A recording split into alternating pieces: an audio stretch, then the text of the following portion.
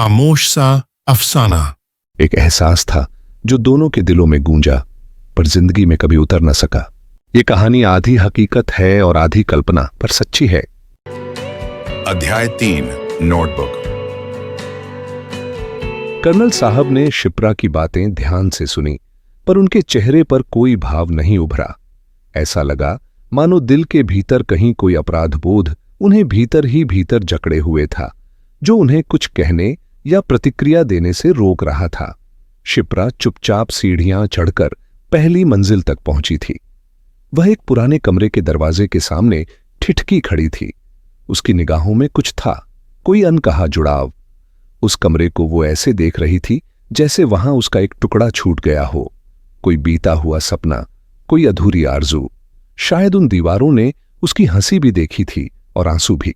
शायद कुछ सपने वहीं चकनाचूर हुए थे और कुछ यादें अब भी उन दीवारों की दरारों में सांस ले रही थीं, बोलती नहीं थीं, बस चुपचाप उसकी ओर देखती थीं, ठीक वैसे ही जैसे वो उन्हें देख रही थी। माधव की नजरें कर्नल साहब और शिप्रा के बीच बार बार घूम रही थीं।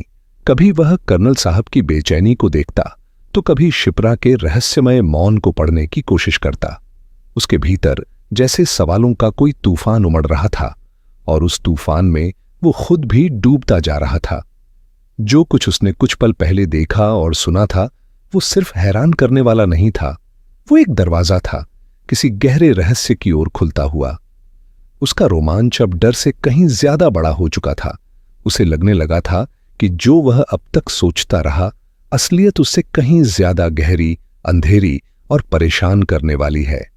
माधव जानता था कि वह कर्नल साहब से सीधे कुछ नहीं पूछ सकता। उनका रिश्ता एक विनम्र उपकार से जुड़ा था। कर्नल साहब ने बिना कुछ मांगे उसे अपने घर में जगह दी थी। वो कोई ऐसा रिश्ता नहीं था जिसमें वह उनके अतीत में झांकने का हक मांग सके। फिर भी उस रहस्य को सुलझाने की तड़प अब इतनी तेज थी कि वह किसी भी तरह एक नया रास्ता निकालने को मजबूर हो गया था। ऐसा रास्ता जिसमें कर्नल साहब खुद ही कुछ कहने लगे और वो पर्दा जो अब तक खिंचा था धीरे धीरे हट जाए। माधव ने एक बार फिर कर्नल साहब की ओर देखा। उनकी आंखें किसी खाली जगह पर टिकी थीं, जैसे वे वर्तमान में नहीं, अतीत के किसी अंधेरे गलियारे में उतरते जा रहे हों। उनके चेहरे पर एक ऐसी गहराई थी जो किसी दर्द, किसी छिपी स्मृति की ओर इशारा करती थी। माधव चुपचाप उठा। शब्दों की कोई जरूरत महसूस नहीं हुई। उसने बस शिप्रा की ओर एक हल्की नजर डाली, जिसमें सवाल भी थे और सहानुभूति भी। फिर धीमे कदमों से सीढ़ियां चढ़ते हुए अपने कमरे की ओर बढ़ गया। कमरे में पहुंचते ही उसने जैसे तय कर लिया था कि अब जवाब ढूंढने ही होंगे। उसने लैपटॉप खोला, कुछ टाइप किया और बाथरूम में चला गया। नहाकर, कपड़े बदलकर वह फिर अपनी कुर्सी पर लौटा और पूरे ध्यान से स्क्रीन पर झुक गया। सबसे पहले उसने कर्नल प्रदीप रॉय चौधरी का नाम इंटरनेट पर खोजा, पर अजीब बात थी, कुछ भी नहीं मिला। न कोई लेख, न कोई फोटो, न कोई सरकारी दस्तावेज, एकदम सन्नाटा। उसने हार नहीं मानी। अब उसने कैप्टन प्रफुल्ल रॉय चौधरी को खोजा, जो युद्ध में शहीद हुए जवान थे, पर वहां भी नतीजा वही, खाली। माधव ठिठक गया। एक अनकहा संदेह उसके भीतर गहराने लगा। कैसे हो सकता है कि एक शहीद जवान का कोई उल्लेख इंटरनेट पर मौजूद न हो? क्या यह एक साधारण बात थी या फिर कोई साजिश, कोई दबी हुई परछाई? उसने मन ही मन सोचा, शायद कर्नल साहब सोशल मीडिया से दूर रहे हों, पर प्रफुल्ल तो इस युग का युवा था। फिर क्यों नहीं है उसका कोई नाम, कोई खबर, कोई तस्वीर? अब वह समझ चुका था जवाब आसान नहीं होंगे। इसलिए उसने एक नया नोटपैड खोला और सोचना शुरू किया। वह बिंदुओं में अपनी पड़ताल को दर्ज करने लगा। पहला बिंदु था, माधव अब पूरी तरह संकल्प कर चुका था कि वह इस रहस्य की परतें एक एक करके खोलेगा। उसके सामने अब सवालों की एक लंबी सूची थी, जो किसी पहेली की तरह उसके जहन में घूम रही थी। कर्नल साहब आखिर कब से कब तक गोरखा रेजिमेंट में कार्यरत रहे, और वे किन किन आर्मी बेसों में तैनात हुए? इन सवालों में उनके सैन्य जीवन की गहराई छिपी थी, जो शायद शिप्रा की कहानी से कहीं जुड़ती थी। उनकी पत्नी, उनका क्या नाम था? क्या वह भी किसी पेशे से जुड़ी थीं? और उनका देहांत कैसे और कब हुआ? ये सवाल माधव को इस ओर खींच रहे थे कि कर्नल साहब के भीतर जो दर्द दफन था उसका आधार क्या था। उनकी बेटी कौन है, उसने कहां से मेडिकल की पढ़ाई की और कब पूरी की, क्या वह अब कनाडा में रहती है, अगर हां तो कब से और कहां। माधव जानता था कि एक डॉक्टर बेटी और एक सैनिक पिता की दुनिया में कई असामान्य धागे हो सकते हैं जो सीधे नजर नहीं आते। और फिर सबसे अहम बात, कैप्टन प्रफुल्ल, वह कब भारतीय सेना से जुड़े और क्या उन्हें कभी कोई पुरस्कार मिला, सेवा काल में या फिर मरणोपरांत। माधव को यह सवाल सबसे ज्यादा बेचैन कर रहा था। एक शहीद के नाम पर यदि कोई दस्तावेज तक मौजूद नहीं तो जरूर कुछ छुपाया जा रहा था। वह अपनी नोटबुक में ये सारे सवाल दर्ज कर चुका था। अब उसका अगला कदम था इन सवालों के जवाब ढूंढना। हर जवाब एक दरवाजा खोल सकता था या फिर एक नया रहस्य। माधव अपने कमरे में बैठा लगातार सोच रहा था। उसकी आंखें स्क्रीन पर थीं, लेकिन जहन किसी और सवाल की तलाश में भटक रहा था। क्या कोई ऐसा सवाल है जो अब तक मुझसे छूट गया हो, कोई ऐसा सूत्र जो अगर मिल जाए तो सारा रहस्य एक ही झटके में सामने आ जाए। वह कुर्सी पर झुका रहा, आंखें आधी बंद लेकिन दिमाग पूरी तरह सक्रिय। पर कोई नई बात नहीं सूझ रही थी। फिर अचानक उसे याद आया, निर्मला मौसी। वो उन्हें अस्पताल से घर लाने वाला था और अब तो समय भी काफी बीत चुका था। वह कुर्सी से उठने ही वाला था कि जैसे किसी बिजली की चमक ने उसे झकझोर दिया। 1 मिनट, उसके दिमाग में कुछ जुड़ गया था। वह तेजी से अपनी नोटबुक की ओर झुका, ढूंढता हुआ वह पन्ना जहां सारे सुराग जमा थे, और उसने तेजी से लिखा, निर्मला मौसी। वो पूरी तरह एक महाराष्ट्रियन महिला लगती हैं। उनकी बोली, उनकी चाल और खासकर उनका साड़ी पहनने का तरीका वो पारंपरिक महाराष्ट्रियन शैली का है। जो साड़ी वह पहनती हैं वह आमतौर पर नौवारी साड़ी लगती है, जो महाराष्ट्र की सांस्कृतिक पहचान मानी जाती है। नौवारी साड़ी लंबाई लगभग 9 गज यार्ड्स की होती है, जबकि सामान्य साड़ियां 6 गज की होती हैं। पहनने का तरीका, यह साड़ी पैंट की तरह पैरों के बीच से निकाली जाती है, जिसे कष्ठा स्टाइल कहा जाता है। यह शैली युद्ध या सक्रिय जीवन शैली के लिए सहज मानी जाती थी। स्वरूप, यह पहनावा महिलाओं को पारंपरिक मराठा योद्धाओं जैसी गरिमा और गति देता है। यह बात मामूली नहीं थी। यह पहचान, यह अंदाज और मौसी का अतीत, शायद इनमें कोई ऐसा संकेत था जो इस रहस्य की तह तक ले जा सकता था। कार से बाहर भागते दृश्य देखता हुआ माधव भीतर से उलझनों के जाल में फंसा हुआ था। उसके दिमाग में एक ही सवाल गूंज रहा था, मैं इन सब सवालों के जवाब कहां से और कैसे लाऊं। लेकिन उस शाम की शुरुआत एक संयोग बन गई थी। शिप्रा ने जिद पकड़ ली थी कि वो भी माधव के साथ अस्पताल चलेगी, और जहां किसी और के लिए यह एक साधारण बात होती, वहीं माधव के लिए यह एक मौका था। एक ऐसा मौका जब वह शिप्रा के साथ अकेले समय बिता सकता था और शायद उसके दिल में छिपी उन कहानियों तक पहुंच सकता था जिनके जवाब उसकी खोज की चाबी थे। गाड़ी के भीतर एक असहज चुप्पी थी, पर माधव जानता था कि यह चुप्पी टिकने नहीं वाली। वह तय कर चुका था कि इस सफर में वह धीरे धीरे शिप्रा से जानने की कोशिश करेगा। उसका रिश्ता कर्नल साहब से क्या है, निर्मला मौसी इस सब में कहां आती है, और सबसे जरूरी, यह तीनों एक ही कहानी के कितने गहरे किरदार हैं। कार की खामोशी को तोड़ते हुए माधव ने मुस्कुराते हुए शिप्रा की ओर देखा। उसकी आंखों में एक शरारती चमक थी, पर लहजा गंभीरता छुपाए हुए था। शिप्रा, वह बोला, तुम तो कल रात जैसे किसी पहेली की तरह आई थीं, और अब देखो आज एक पूरा रहस्य बन चुकी हो। शिप्रा ने उसकी ओर देखा, हल्की मुस्कान में लिपटी चुप्पी के साथ। लेकिन माधव रुकने वाला नहीं था। तुम्हें देखकर लगता है जैसे मैं किसी रहस्यमयी उपन्यास के भीतर घुस आया हूं और हर पन्ना मुझे और उलझा रहा है। कहानी कहां से शुरू हुई ये समझ नहीं आता। किरदार एक दूसरे को कैसे जानते हैं ये भी एक रहस्य है। और तुम इस कहानी की नायिका होकर भी कुछ नहीं बताती कि तुम कौन हो, यहां क्यों आई हो या क्या चाहती हो। वह थोड़ी देर रुका, फिर एक ठंडी सांस लेकर बोला, मैं जानता हूं, मैं केवल एक श्रोता हूं और शायद लेखक से सवाल पूछने का हक भी नहीं रखता। लेकिन एक बात है शिप्रा, जब तक कहानी समझ में नहीं आएगी श्रोता की जिज्ञासा कैसे शांत होगी? उसके शब्दों में जिज्ञासा थी, मजाक था और एक छिपा हुआ भाव जो शायद शिप्रा के उत्तरों से कहीं ज्यादा उसकी चुप्पियों को समझना चाहता था। कार के भीतर जैसे अचानक तापमान बदल गया था। शिप्रा की खामोशी ने माधव को बेचैन कर दिया और वह अब एक जिद्दी बच्चे की तरह बोल पड़ा। तुम ऐसे चुप नहीं रह सकती, तुम्हें मेरे सवालों के जवाब देने होंगे। यूं गुमसुम रहकर बात टाली नहीं जा सकती शिप्रा, कुछ तो बोलो। शिप्रा ने धीरे धीरे उसकी ओर देखा। उसकी आंखों में अब न कोई कोमलता थी, न झिझक। उसका चेहरा कठोर हो गया था, स्वर में झुंझलाहट थी और हर शब्द किसी चाबुक की तरह चोट कर रहा था। तुम मेरी कहानी से दूर रहो माधव। उसके शब्दों ने कार के भीतर की हवा को काट डाला। तुम नहीं जानते किस आग में हाथ डाल रहे हो। अगर जलने का शौक है तो जान लो, ये आग तुम्हारी औकात से बाहर है। तुम जैसे साधारण बिजनेसमैन जब जान के पीछे गुंडे लग जाते हैं तब क्या कर पाते हो? कुछ नहीं। इसलिए अपनी जिंदगी में खुश रहो और मेरे काम में फिर कभी दखल देने की कोशिश मत करना। माधव सन्न रह गया। जिस शिप्रा को उसने कुछ घंटे पहले टूटी हुई, डरी हुई एक अबला नारी समझा था, वो अचानक उसके सामने एक सख्त, असहनीय, कठोर स्त्री बनकर खड़ी थी।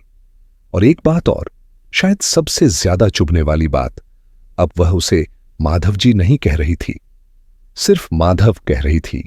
वो भी एक ऐसे लहजे में जिसमें उपेक्षा, कटाक्ष और दूरी साफ झलक रही थी। शायद कहानी ने अब करवट ली थी और माधव पहली बार समझ रहा था कि वह कहानी की जमीन पर नहीं, उसकी खाई के किनारे खड़ा है। माधव अब समझ चुका था कि शिप्रा कोई सामान्य स्त्री नहीं थी। वह इस रहस्यमयी कथा की वह कड़ी थी जो कठोर भी थी और अज्ञात भी। उसके जवाबों की कोई आशा नहीं थी और यही बात माधव को अंदर तक खींच रही थी। वह जानता था कि अब शिप्रा का नाम भी उस नोटबुक में दर्ज होना चाहिए जहां उसने अब तक कर्नल साहब, कैप्टन प्रफुल्ल और निर्मला का जिक्र किया था। अब उसे कोई और रास्ता खोजना होगा, कोई ऐसा जरिया जिससे शिप्रा की असलियत सामने लाई जा सके। कार में चुप्पी थी, पर एक असहज शांति के बाद शिप्रा ने गहराई से माधव की ओर देखा। उसकी आवाज अब वैसी नहीं थी जैसी कुछ मिनट पहले थी। इस बार वह मुलायम थी, मगर उसके भीतर एक चेतावनी छुपी थी। माधव, अगर मैं कहूं कि ये सब कुछ तुम जिस रूप में देख रहे हो वैसा है ही नहीं। तुम्हारे कर्नल साहब असल में कर्नल हैं ही नहीं। कैप्टन प्रफुल्ल कभी सेना में थे ही नहीं। प्रदीप रॉय चौधरी की पहचान ही एक भ्रम है। और निर्मला, वो सिर्फ एक नौकरानी नहीं बल्कि निर्मला देवी हैं। तो तुम क्या करोगे इन सबको जानकर? माधव उसकी आंखों में देखता रहा, जैसे जवाब ढूंढ रहा हो। शिप्रा आगे बोली, शायद इन बातों से तुम्हारी जिज्ञासा कुछ कम हो जाए। शायद तुम एक बेहतर लेखक बन जाओ। पर कहानी समझने के लिए जरूरी है उसे जिया जाए, जैसी है वैसी। उसे मोड़ने या पकड़ने की कोशिश मत करो। समय के साथ सब कुछ सामने आएगा। पर अगर तुमने इसे जरूरत से ज्यादा गंभीरता दी तो यह सिर्फ तुम्हारे लिए नहीं बल्कि तुम्हारे करीबियों के लिए भी खतरा बन सकता है। शिप्रा की बातें अब सिर्फ शब्द नहीं थीं, वे एक इशारा थीं कि माधव अब एक ऐसी दुनिया की दहलीज पर खड़ा था जहां से वापस लौटना आसान नहीं था। जिप्सी अब पूरी रफ्तार से अस्पताल की ओर बढ़ रही थी। गाड़ी में सवार दोनों यात्रियों के बीच चुप्पी थी, एक ऐसा मौन जो भीतर ही भीतर बहुत कुछ कह रहा था। माधव ने जिप्सी अस्पताल के बाहर रोकी और दोनों अंदर चले गए। जयंत वार्ड में लगभग सारे बिस्तर खाली थे, सिर्फ एक बिस्तर पर निर्मला मौसी बैठी थी। वह एक महाराष्ट्रियन साड़ी में लिपटी एक वृद्धा थीं, जिनका पहनावा और अंदाज साफ बता रहा था कि वे महाराष्ट्र से थीं। उनके पास एक डॉक्टर खड़ा था और वहीं एक वृद्ध पुरुष, उनका पति भी उसी क्षेत्रीय पोशाक में वहां मौजूद था। जैसे ही शिप्रा वार्ड में दाखिल हुई, मौसी ने हाथ जोड़ने शुरू कर दिए और बोली, मुझे माफ कर दो बेटा, माफ कर दिया ना? बेटी शब्द सुनते ही शिप्रा का चेहरा तमतमा उठा। उसने तीखे स्वर में कहा, मुझे बेटी मत बुला, चुड़ैल बुढ़िया, नहीं तो भूल जाऊंगी कि तू अस्पताल में है। इन दोनों महिलाओं की तीखी तू मैं देख डॉक्टर बोल पड़ा, मैडम, आप दोनों की लड़ाई अस्पताल के बाहर कीजिए, यहां नहीं। और माधव, आप मरीज को ले जा सकते हैं। मैंने पहले जो कहा था वो गलत था। इन्हें लीवर सिरोसिस नहीं है, अमोनिया हाई नहीं था, सिर्फ डिहाइड्रेशन हुआ था। मुझे लगता है इन्हें कोई मानसिक रोग है। अगर ऐसा अटैक फिर हो तो इन्हें चंडीगढ़ ले जाकर किसी साइकोलॉजिस्ट को दिखाइए। माधव, शिप्रा, निर्मला मौसी और उनके पति सब मिलकर घर वापसी के रास्ते में थे। रास्ते भर मौसी लगातार बड़बड़ाती रहीं। मैं क्या करती? मैंने सब कुछ कॉमरेड के कहने पर किया। उसे किसने कहा था कि जंगल में अकेले जाना? मेरा बेटा तो सिर्फ एक को मारा था, लेकिन उसने बदले में हमारे पूरे साथियों को मार डाला।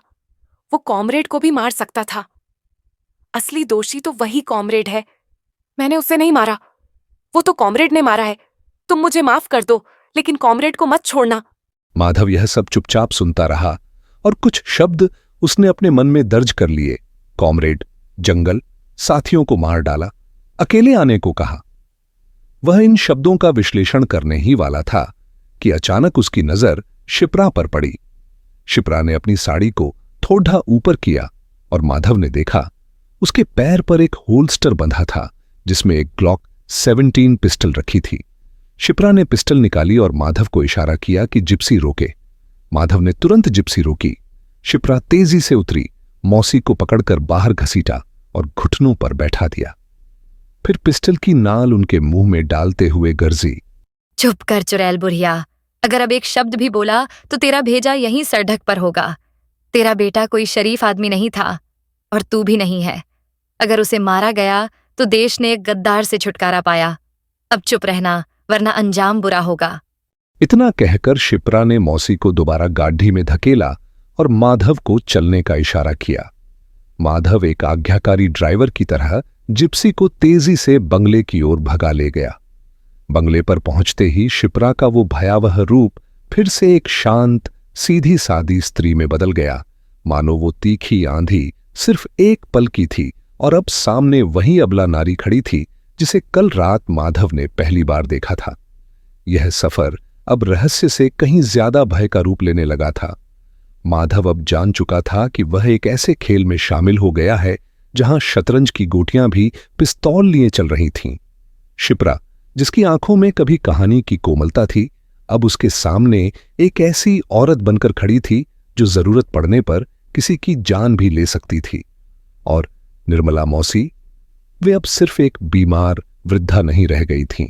वे इस पूरे रहस्य की एक मुख्य गवाह बन चुकी थीं। उनके बड़बड़ाए गए शब्द माधव के लिए सुराग बन चुके थे, जिन्हें जोड़ने पर शायद किसी बड़े रहस्य का दरवाजा खुल सकता था। पर क्या माधव अब भी कहानी को लेखक की तरह देख रहा था, या वह खुद उस कहानी का एक किरदार बन चुका था? बंगले में पहुंचते ही माधव ने बिना किसी से कुछ कहे चुपचाप अपने कमरे की ओर रुख किया। आज पहली बार उसने कमरे का दरवाजा भीतर से बंद कर लिया था, कपड़े बदले और एक बार फिर से लैपटॉप ऑन किया। उसका मन अब शंकाओं और रहस्यों की उलझनों से भर चुका था। उसने सबसे पहले सर्च इंजन में कॉमरेड शब्द का भारत में किस तरह उपयोग होता है यह जानने की कोशिश की। साथ ही अपनी नोटबुक का वह पन्ना खोला जिसमें उसने कुछ नाम लिख रखे थे। उस पन्ने के ठीक अगले पन्ने पर उसने सबसे ऊपर शिप्रा का नाम दर्ज किया। अब उसका ध्यान पूरी तरह शिप्रा पर केंद्रित था। उसने सभी सोशल मीडिया प्लेटफॉर्म्स पर शिप्रा नाम को खंगालना शुरू किया। पहली बार उसे कुछ ठोस सुराग मिलने की उम्मीद जगी। उसके सामने जानकारी आई कि कॉमरेड शब्द भारत में केवल वामपंथी राजनीतिक दलों ही नहीं बल्कि नक्सली और माओवादी उग्रवादी गुटों द्वारा भी इस्तेमाल किया जाता है। माधव ने यह तथ्य भी अपनी नोटबुक में दर्ज कर लिया। शिप्रा की तलाश में उसने इंदिरा संगीत विश्वविद्यालय के रिकॉर्ड खंगाले। परिणाम चौंकाने वाले थे। साल 2005 में शिप्रा सेन नाम की एक छात्रा थी जिसे संगीत और कला के लिए पुरस्कार भी मिला था। पर इसके अलावा उस विश्वविद्यालय में शिप्रा नाम की और कोई छात्रा नहीं थी। यह स्पष्ट हो गया कि जिस लड़की का नाम वास्तव में शिप्रा सेन था, वह और यह वर्तमान शिप्रा दो अलग अलग महिलाएं थीं। माधव ने उस असली शिप्रा सेन को सोशल मीडिया पर तलाशा और उसे जल्दी ही सफलता मिल गई। शिप्रा सेन अब पुणे में रहती थी, उसकी शादी हो चुकी थी और उसका एक प्यारा सा बेटा था। अब सवाल यह था, अगर पुणे वाली शिप्रा असली शिप्रा सेन है तो फिर यह महिला कौन है जो खुद को शिप्रा सेन बता रही है? माधव को याद आया कि रास्ते में जिस तरह इस नकली शिप्रा ने मौसी के साथ बर्ताव किया था और उसके पास जो ग्लॉक 17 पिस्टल थी, वह एक आम व्यक्ति के पास नहीं होती। यह पिस्टल सामान्यतः भारतीय पुलिस या सुरक्षा बलों के इस्तेमाल में आती है। इसका मतलब साफ था, यह औरत या तो पुलिस में है या फिर किसी गुप्त सुरक्षा एजेंसी की सदस्य है। अब माधव के सामने सबसे बड़ा सवाल यही था, यह नकली शिप्रा है कौन? बंगले में सब कुछ उसकी आंखों के सामने था, मगर यह औरत उसके सामने होते हुए भी किसी अदृश्य रहस्य की तरह बनी हुई थी। वह कहां से आई? उसका उद्देश्य क्या है? क्या वह सचमुच किसी ऑपरेशन का हिस्सा है? माधव जान गया था कि इस रहस्य की पहली कड़ी शिप्रा को समझना है, बाकी सारे जवाब उसी धागे से बंधे हैं। अब माधव की नोटबुक में एक और पंक्ति जुड़ चुकी थी, नक्सली, महाराष्ट्र और छत्तीसगढ़ में उनका प्रभाव। साथ ही उसने लिखा, निर्मला एक मराठी महिला और उसका पति कर्नल साहब से क्या संबंध? इतना लिखते ही माधव के जहन में एक बात फिर से गूंजने लगी। शिप्रा ने जो कहा था वो बात, अगर मैं कहूं कि कर्नल साहब कर्नल हैं ही नहीं और जो दिखाते हैं वैसा है ही नहीं। अब माधव की सोच की दिशा और स्पष्ट हो चली थी।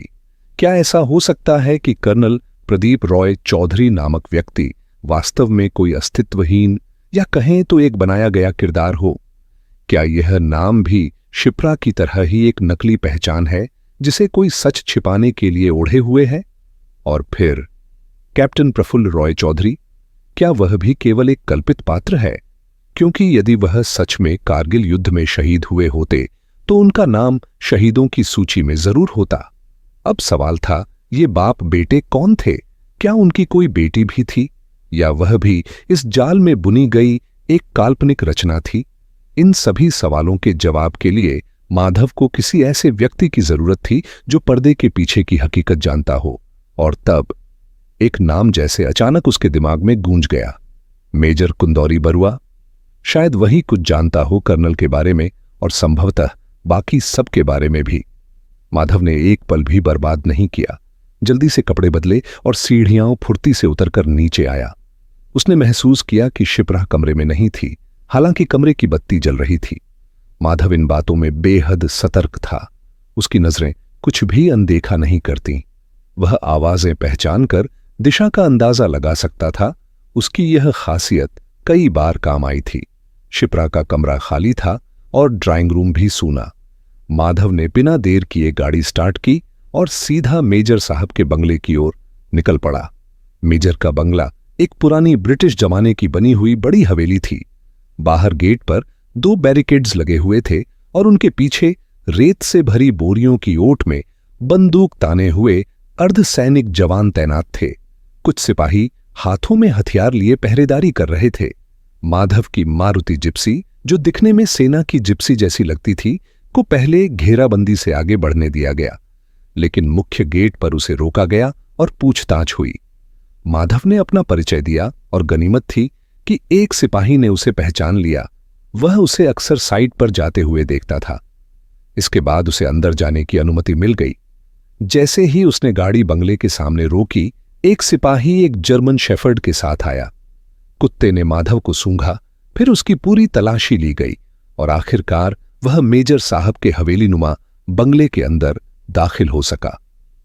अंदर क्या था और मेजर बरुआ क्या जानते थे? माधव के मन में अब यही सवाल गूंज रहे थे। रहस्य की परतें और गहराई पकड़ रही थीं। नमस्ते प्यारे दोस्तों, स्वागत है विस्पर्ड मेलोडीज एंड टेल्स में, जहां संगीत और कहानियां एक नई जिंदगी पाती हैं। अगर आपको दिल को छू लेने वाले गीत और मनमोहक कहानियां पसंद हैं तो आप बिल्कुल सही जगह पर हैं। तो जल्दी से सब्सक्राइब बटन दबाएं और बेल आइकन को टैप करें ताकि हर नया गाना और कहानी आप तक सबसे पहले पहुंचे। अगर आपको ये पसंद आया हो तो लाइक बटन दबाना ना भूलें। आपका एक लाइक हमारे लिए बहुत मायने रखता है और हमें और बेहतरीन कंटेंट बनाने के लिए प्रेरित करता है। आपके प्यार और सपोर्ट के लिए धन्यवाद। इसी तरह हमारे साथ बने रहें, सपने देखें, सुरों में खो जाएं और कहानियों की दुनिया में डूब जाएं। मिलते हैं अगले वीडियो में।